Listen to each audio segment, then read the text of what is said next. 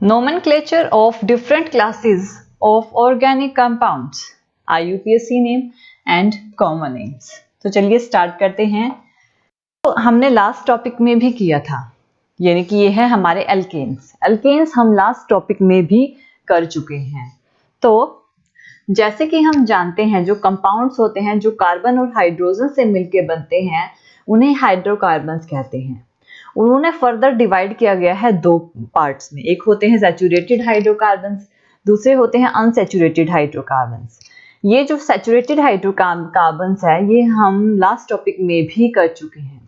वो एल्केन्स जिनके लास्ट में एन लगता है, यानी जब हाइड्रोजन और कार्बन सब सिंगल बॉन्ड में कनेक्टेड होते हैं। इसका जो जनरल फॉर्मूला है CnH2n+2, इनके लास्ट में एन लगता है, जैसे कि CH4 मीथेन, C2H6 इथेन। जब 3 कार्बन सिंगल चेन में कनेक्टेड होते हैं प्रोपेन, 4 के लिए N ब्यूटेन, अब N लगा देते हैं, N पेंटेन, N हेक्सेन 6 के लिए, 7 के लिए N हेप्टेन, 8 के लिए N ऑक्टेन, 9 के लिए N नॉन एन और 10 के लिए N डेकेन। तो इन सब के लास्ट में एन लगता है क्योंकि सब में हाइड्रोजन और कार्बन सिंगल बॉन्ड में कनेक्टेड होते हैं। और यहाँ पे देखिए जो सारे जो हाइड्रोजन और कार्बन्स होंगे सारे जो है सिंगल बॉन्ड में कनेक्ट होंगे और इसमें सबके पीछे एन लगा हुआ है। और एन यहाँ पे इसलिए लगाया जाता है जब नंबर ऑफ कार्बन्स हो जाते हैं तो उसके लिए एन लगा देते हैं। वैसे इसको ये इसके कॉमन नेम है, ये जो सारे हैं ना ये इसके कॉमन नेम है। लेकिन अगर इसके n हटा दें, ये वाले n जो है ये हटा देते हैं तो ये सब इसके IUPAC नेम बन जाते हैं। तो ये सैचुरेटेड जो हमारे हाइड्रोकार्बन्स, सैचुरेटेड हाइड्रोकार्बन्स के ही अलग अलग फॉर्म्स होते हैं। सबसे पहले होता है स्ट्रेट चेन एल्केन, जो कि हमने अभी अभी किया है, वो हमने सिंपली किया है। अब जब हाइड्रोजन और कार्बन एक चेन में कनेक्टेड किए गए हैं, 4 कार्बन जो कि एक चेन में कनेक्टेड हैं और सिंगल बॉन्ड है, तो ये क्या होगा मिथ इथ प्रोप ब्यूट। तो ये क्या होगा N ब्यूटेन, जो कि इसका कॉमन नेम होगा। और अगर ब्यूटेन लिखेंगे तो उसका IUPAC नेम होगा। ऐसे ही 1 meth eth prop but pent hex, ये क्या है N हेक्सेन इसका कॉमन नेम है। अगर सिंपल हेक्सेन लिखेंगे तो इसका IUPAC नेम होगा। तो ये सिंपल चेन है, सिंपल चेन स्ट्रेट चेन में जब हाइड्रोजन और कार्बन कनेक्टेड होते हैं। दूसरा होता है ब्रांच चेन, यानी कि कार्बन तो उतने ही हैं लेकिन वो ब्रांच, यानी कि जैसे कि उसकी टहनियां, जैसे कि एक पेड़ की टहनियां होती हैं उसमें टहनियां निकल जाएं, ब्रांचेस निकल जाएं। जैसे कि ये है ब्यूटेन, लेकिन है तो मिथ इथ प्रोप ब्यूट, ये भी तो ब्यूटेन ही है, इसमें भी 4 कार्बन है। लेकिन इसमें क्या हुआ, एक हाइड्रोजन कार्बन जो है वो चेन में कनेक्ट, ब्रांच में कनेक्ट हो गया, चेन के साथ ब्रांच में कनेक्ट हो गया। इसको बोलेंगे दो नाम होंगे इसके, ठीक है ना। जो एक तो हम इसे बोलेंगे, इसको नंबर देने पड़ते हैं, रूल्स हम इसे जब हमारे ये खत्म हो जाएंगे तब हम इसके रूल्स स्टार्ट करेंगे। तो इसको हम नंबर देंगे 1 2 और 3। 2 पे क्या जुड़ा हुआ है, इसको मिथाइल, सिर्फ इसको मिथाइल, यानी कि 2 मिथाइल मिथ इथ प्रोपेन, 2 मिथाइल प्रोपेन ऐसे बोलेंगे। इसके अलावा इसे आइसोब्यूटेन भी बोल सकते हैं। जब एक हाइड्रोजन कार्बन इस तरह से ब्रांच में कनेक्टेड हो जाए तो ये जो फॉर्म होती है ना इसे आइसो से रिप्रेजेंट किया जाता है, इसी वजह से इसे आइसोब्यूटेन भी बोल सकते हैं। ऐसे ही यहाँ पे 1 2 3 4 4 कार्बन्स है और यहाँ पे एक चेन निकल रही है, तो इसको क्या बोलेंगे। अब इसकी जो नंबरिंग देंगे वो नंबरिंग हम यहाँ से देंगे, जहाँ पे चेन होती है ना वहीं से ही नंबरिंग देनी पड़ती है, यानी कि कम से कम लोएस्ट नंबर आना चाहिए। ये मैंने कहा है हम इसे रूल्स में करेंगे, ठीक है। तो फिर 1 2 3 4, यानी 2 नंबर पे methyl meth eth prop butane, 2 methyl butane इसका नाम है। या फिर इसको आइसो, कितने कार्बन है, meth eth prop but pent, iso pentane भी बोल सकते हैं। ये जो होते हैं ये होते हैं ब्रांच चेन। अब एक और देख लेते हैं जैसे कि यहाँ पे इस फॉर्म में हमारे एक स्ट्रक्चर है, एक सेंटर कार्बन है, इसके साथ 4 कार्बन जुड़े हुए हैं, यानी कि कितने कार्बन है, 5 कार्बन है, यानी कि meth eth prop but pent, ये पेंट की फॉर्म है। 5 कार्बन जब जुड़े हुए होते हैं। लेकिन ये जो अगर कार्बन इस तरह से जुड़े हुए होते हैं ना, तो इसको नियो फॉर्म बोलते हैं, इसको बोलेंगे नियो पेंटेन, नियो पेंटेन। और इसको ऐसे भी अगर इसकी नंबरिंग के अकॉर्डिंग करें तो इसको नंबर दो 1 2 3, 2 2, 2 बार 2 क्यों आया है, क्योंकि 2 मिथाइल जुड़े हुए हैं, 2 2 पे 2 सेकंड ही नंबर पे जुड़े हुए हैं, तो 2 2 dimethyl meth eth prop, 2 2 dimethyl propane. Next है एल्केन्स की ही, जब हाइड्रोजन और कार्बन के एटम एल्केन्स के फॉर्म में जुड़े हुए हों, लेकिन कार्बन एटम्स जो है वो उनके क्लासेस हों, उनको क्लासिफाइड किया गया है 4 टाइप्स में, प्राइमरी, सेकेंडरी, टेरिटरी और क्वार्टरी, ठीक है ना। Primary 1 degree, second degree, third degree और 4 डिग्री से। अब देखिए प्राइमरी डिग्री क्या होते हैं, मैंने आपको यहाँ पे एक एग्जांपल लिया है, इसी में ही आपको प्राइमरी समझाऊंगी। प्राइमरी वो होते हैं, यानी 1 डिग्री कार्बन, एक कार्बन एटम अटैच है सिर्फ दूसरे एक ही कार्बन से, वो है प्राइमरी कार्बन एटम। अब यहाँ पे एक कार्बन जो सिर्फ एक ही कार्बन से अटैच है, वो कौन से हैं, अब ये जो कार्बन है सिर्फ एक ही कार्बन से अटैच है और किसी से अटैच नहीं है, तो ये है 1 डिग्री, ये भी एक ही कार्बन से अटैच है 1 डिग्री, ये भी एक से ही है, ये भी एक से ही है और ये भी एक से ही है, 1, ये सारे क्या हैं, ये सारे 1 डिग्री हैं, ये क्या है, प्राइमरी हैं। अब हम लिखेंगे सेकेंडरी, अब आप 1 डिग्री से ही पता लग गया होगा, सेकेंडरी कौन से होंगे, वो कार्बन एटम जो अपने साथ 2 कार्बन के साथ जुड़े हुए हैं, 2 कार्बन के साथ, सिर्फ 2 के साथ, 3 4 के साथ नहीं, सिर्फ 2 के साथ। 2 के साथ कौन सा जुड़ा हुआ है, देखिए ये वाला कार्बन इसके साथ जुड़ा हुआ है, इसके साथ जुड़ा हुआ है और इसके साथ भी जुड़ा हुआ है, 3 कार्बन के साथ जुड़ा हुआ है, ये कार्बन इसके साथ जुड़ा हुआ है, इसके साथ, सिर्फ ये कार्बन इन दोनों के साथ जुड़ा हुआ है, ये भी 3 के साथ जुड़ा हुआ है, ये इसके साथ जुड़ा हुआ है, इसके साथ जुड़ा, हाँ ये 2 के साथ जुड़ा हुआ है, तो ये सेकेंडरी हो गया, जो 2 कार्बन के साथ जुड़ा हुआ होता है। ऐसे ही टेरिटरी कार्बन एटम जो 3 के साथ जुड़े हुए होते हैं, 3 के साथ कौन सा जुड़ा हुआ है, ये जो कार्बन है इसके साथ भी 1 2 3 अपने साथ 3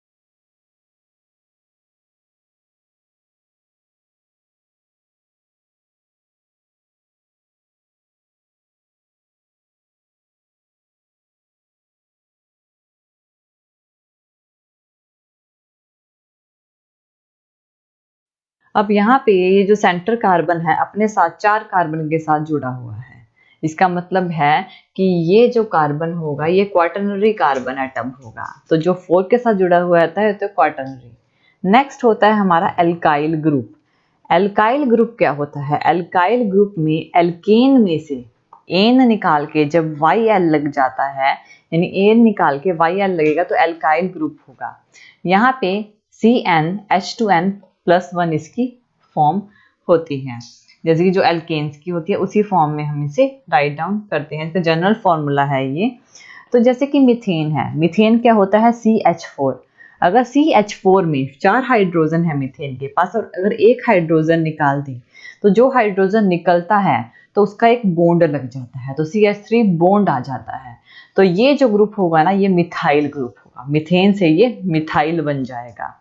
और ऐसे ही ये इथेन है, अगर एक हाइड्रोजन यहाँ से निकाल दें CH2 हो जाए की जगह तो ये इथाइल ग्रुप हो जाता है।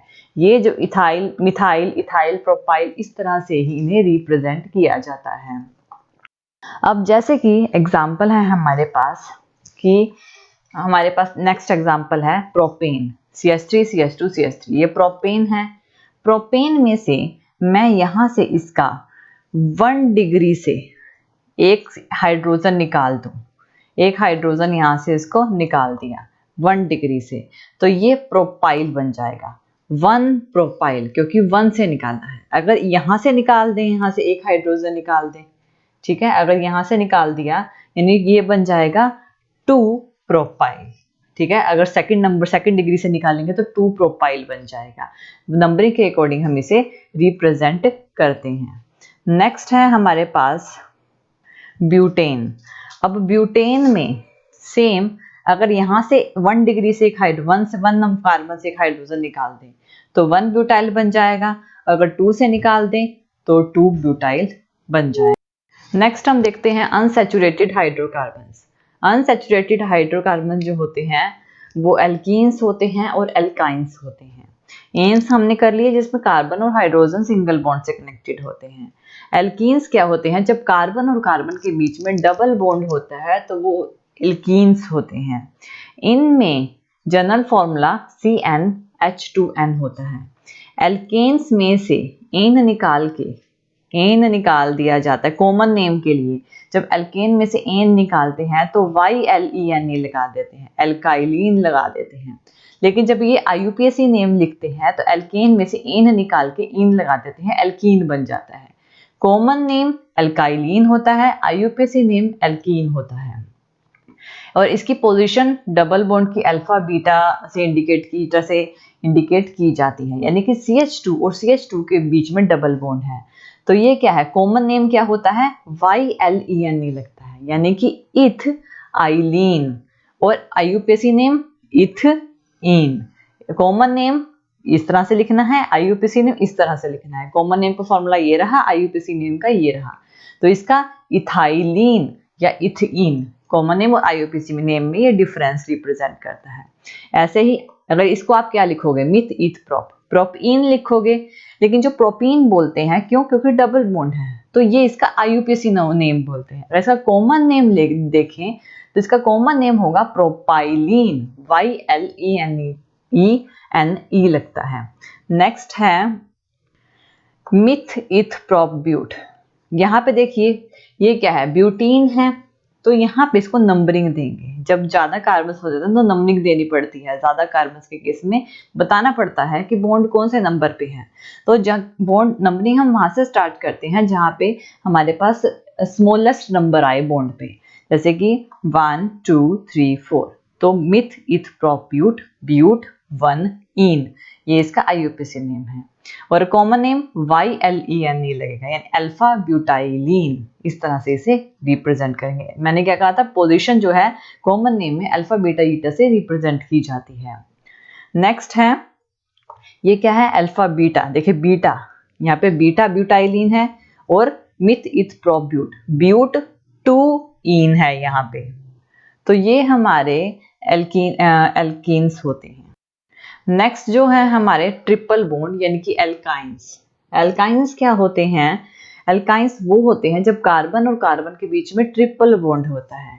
इसका भी general formula CnH2n-2। Common name के लिए इसको जब हम कॉमन नेम लिखेंगे तो कॉमन नेम के लिए यहाँ पर हम एसिटाइलिन लिखते हैं।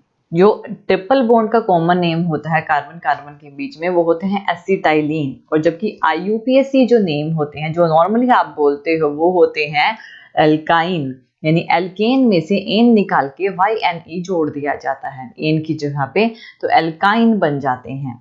एग्जाम्पल्स कुछ रिप्रेजेंट करते हैं, जैसे कि CH ट्रिपल बॉन्ड CH, ये क्या है, मिथ इथ, आप इसको इथाइन बोलोगे, इथाइन, ये इसका IUPAC नेम है। लेकिन कॉमन नेम क्या है, एसिटाइलिन, ये क्या है, एसिटाइलिन। नेक्स्ट है 3 कार्बन जब जुड़े हुए होंगे मिथ ईथ प्रोपाइन बोलोगे, जो कि इसका IUPAC नेम होगा। लेकिन इसका जो कॉमन नेम होगा वो होगा मिथाइल, यानी कि यहाँ पे मिथाइल ग्रुप, CH3 क्या होता है, हमारा मिथाइल ग्रुप होता है, तो मिथाइल एसिटाइलिन होगा। ठीक है, एसिटाइलिन।